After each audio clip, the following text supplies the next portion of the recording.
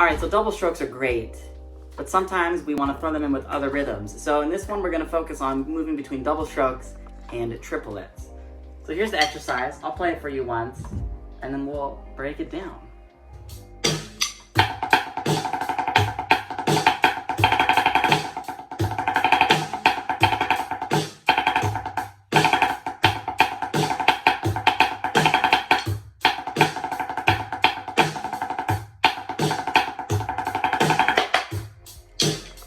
So we have a few different ideas in here, right? We have different partials accented, we have different diddles accented and non-accented. One thing to note that I highly recommend is trying this whole thing without any diddles at all and trying it with just eighth note check patterns, right? So for example, that first bar being double strokes, try that with just eighth note checks as well. Because the most important thing with our double strokes is going to be our hand speed, especially when we're moving through phrases like this. All right, so measures 1 and 2. Measure 1, right? We have 1, 2, 3, and 4, and 1.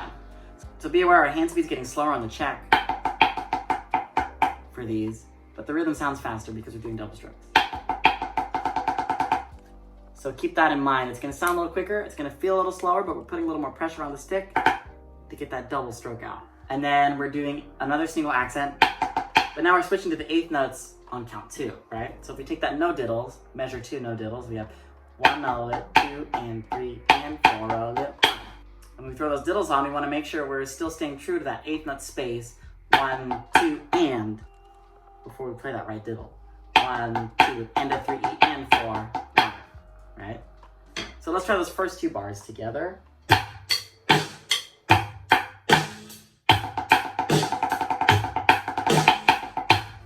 All right, going on, this next bar, we start with our diddles up, right? We have forte double strokes here. And so the difference here from the forte to piano, we're not rotating as much. We're keeping these lower to the head, and we're also not opening up the hand so much, just a little bit maybe, right? As we play our forte double strokes, we are rotating more, and we're also opening up the hand more. We're getting more space in the hand because the wrist is turning, right?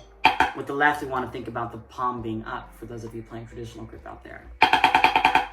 Right? So we want to get underneath the stick. The beads are above the fulcrums for those 2 counts. Then we come back down to piano on the rest of that measure. 1, 2, 3. And then we have a crescendo. So again, try and stay underneath the bead.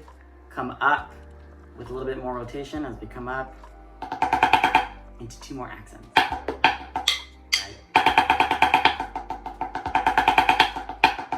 So again, with no diddles, if we did that with check patterns, it'd be really clear where we're switching rhythms.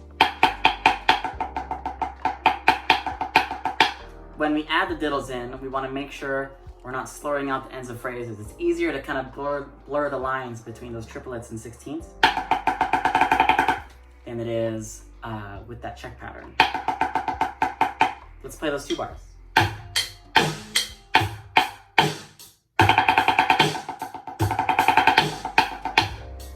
All right, so moving on, we now have a shorter phrase, right? We now have 1 count of 16ths and 1 count of triplets. 1 and a 2 a lit 3, 4 and a 1 a lit 2, right? Again, check pattern, we get 8 notes.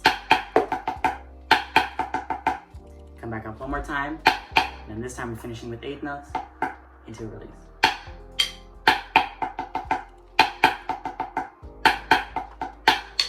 Then we throw those diddles on there.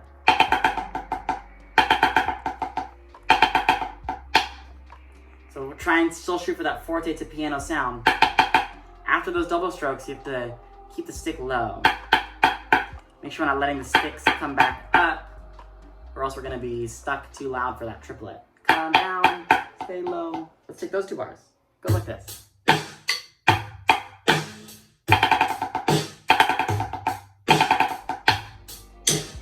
All right, looking at the next 2 bars, we're gonna have some more variations with our accent patterns, right? We have those downbeat accents to start again, nice and chill, into 1 count of low diddles, and then 2 eighth note accents. We wanna make sure we are getting the same volume on all those accents. Coming out of diddles, it's easy to underplay the accents, so try and really get those to match those first 2 accents of the measure. And then what we actually have is the same rhythm twice, right? If we look at just the rhythm on both measures. It's triplet, triplet, ticka ticka tat tat, triplet, triplet, 3 and a 4 and. Second time though, we're changing the accent pattern a little bit, right?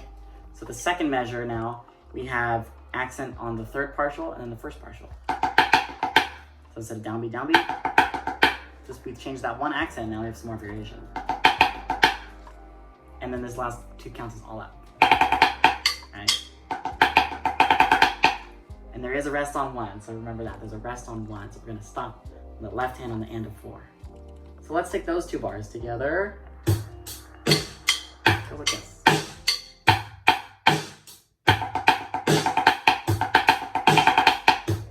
All right, and then this next system, just for fun, we're gonna do some stuff left hand lead now. Putting in some left hand lead in there, right? So we have 1, 2, left hand lead tap roll, 3 and a 4 and a 1, right? 2, 3 and a 4 and a 1. Try and think about that left hand playing the quarter note there. 1, 2, 3, 4, 1. 1, 2, 3, 4, 1. 1, 2, 3, 4, 1. Right? That left hand is leading the phrase. Keep that in mind when it counts 3 and 4. And now we're off the left hand for these triplets. Triplet, triplet on the next bar. And then we're left hand leading the tap roll again. The piano release. We have 1, 2, 3. 1, 2, 3. 1. Let's try that with the net.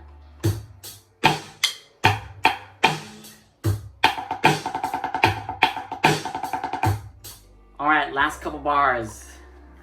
We have that 1 count triplet idea again. 1, 2, a lick, 3 and a 4, a lick, 1. Take us back to the right hand again with no diddle. We have an 8th note in the middle there. 1, 2, 3 and 4, 1. And then we crescendo for 3 counts into a double shot. 1, 2, 3, 4. So let's try those 2 bars together. Last 2 bars.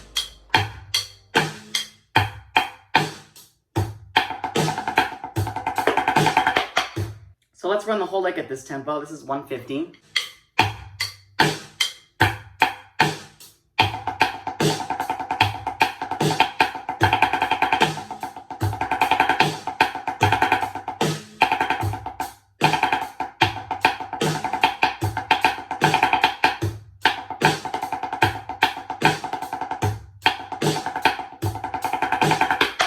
Let's try it at 200 for fun.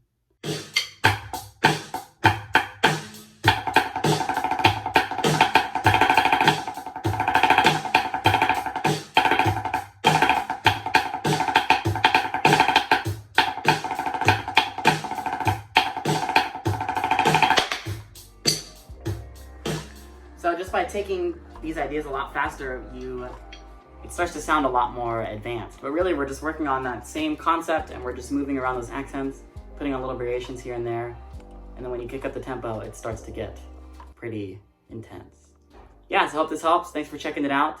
Check out the other videos in this collection. There's some other collections out there too that you can check out. Make sure you subscribe. Don't want to miss anything.